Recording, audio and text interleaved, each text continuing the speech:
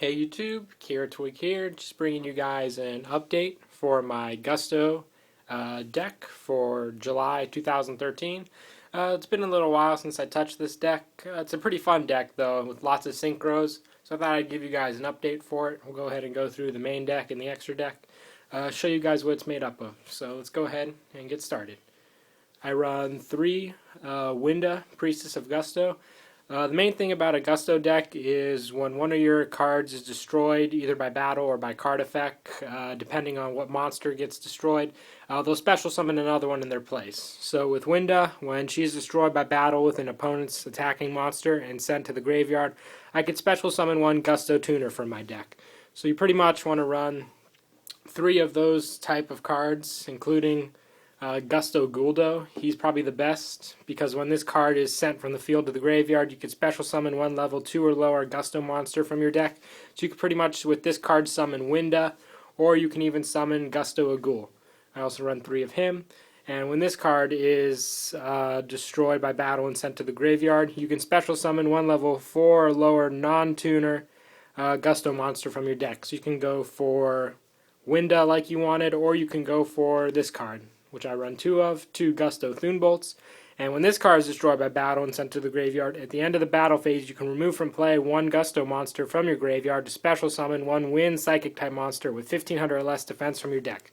So you can pretty much summon Winda, or you can go for this card, which I run 2 of, Cam. She's pretty much your draw power for the deck. The thing about Gusto monsters is they recycle a lot from the grave back into the deck. So pretty much with her, once per turn you can return 2 Gusto monsters from your graveyard to draw a card. So it just gives your deck draw power, plus she's got 1700 attack, so she's a little difficult to get over. And I also run 2 Kamui. Pretty much with this card, it's a flip effect. When this card is flipped, special summon 1 Gusto Tuner from your deck. So if you successfully keep this card alive, you can flip her up, use her effect to special summon a Guldo, and Synchro into a level 5. I only run 2 of her though. And the last Gusto monster I run are 2 Rees. This card is pretty fun to use. You can special summon it with Thunbolt, or you can just tribute summon 1 card to summon it. And once per turn, you can return 1 card from your hand to the bottom of the deck to target 1 monster your opponent controls, send 1 face-up Gusto monster you control, and switch control of those 2 monsters. So you can pretty much get rid of one of your lower level Gusto monsters and take one of your opponent's big hitters, which is a lot of fun. You can even take her, swap control of her with your opponent. The only problem is if you don't destroy her on your opponent's side of the field, next turn they'll just swap it back with the exact same effect. So you gotta be careful with her effect. And I also run 2 Junk Synchron. I mostly run this card because when you summon this card, you can go for Winda or Kamui, go for a level 5 Synchro with him. So it's pretty easy. Just run 2 though. And the last card I run is 1 Psychic Jumper.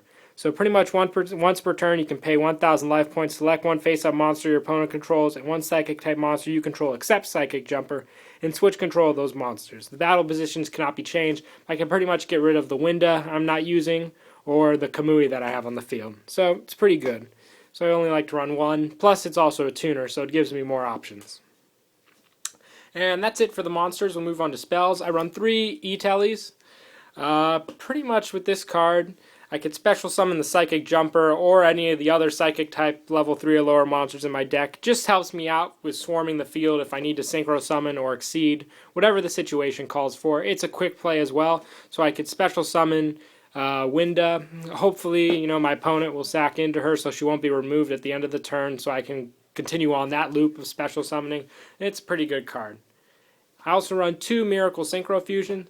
The one thing I like about this deck is you get out Synchro Psychic monsters pretty fast, so I can use this card with it, so I can special summon into my big hitter, Ultimate Axon Kicker. He's really hard to get over, he's got plenty of effects, and plus you could set this card, and if it's destroyed by your opponent's card effect, you can draw a card, so it always works like that too.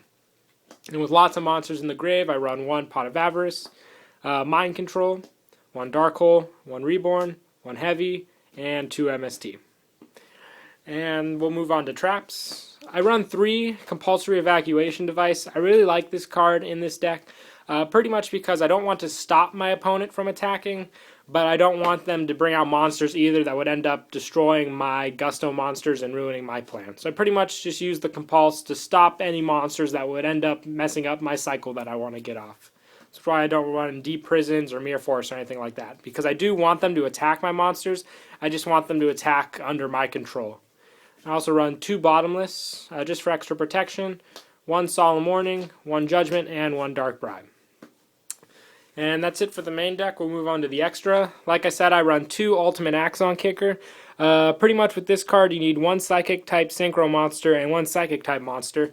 And with Miracle Synchro Fusion, I can use the cards that are in the grave as the materials for this monster. He's got 2,900 attack points, and he's pretty hard to get over, and he's got plenty of effects you can use, including Piercing. He gains life points, so pretty hard to get over. And he can't be destroyed by card effects. And with 2,900 attack, he's kind of a problem to get over.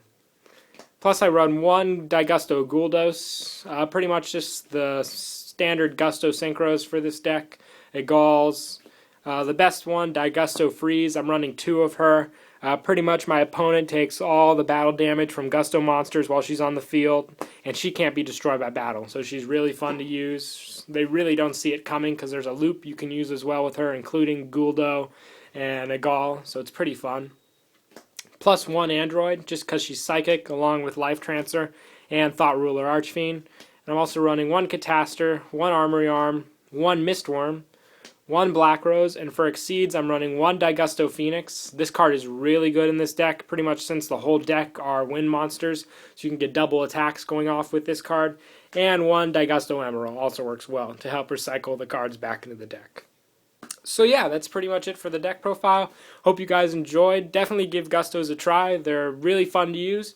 And that's it for the deck profile. Don't forget to like and subscribe, and Kira Twig out.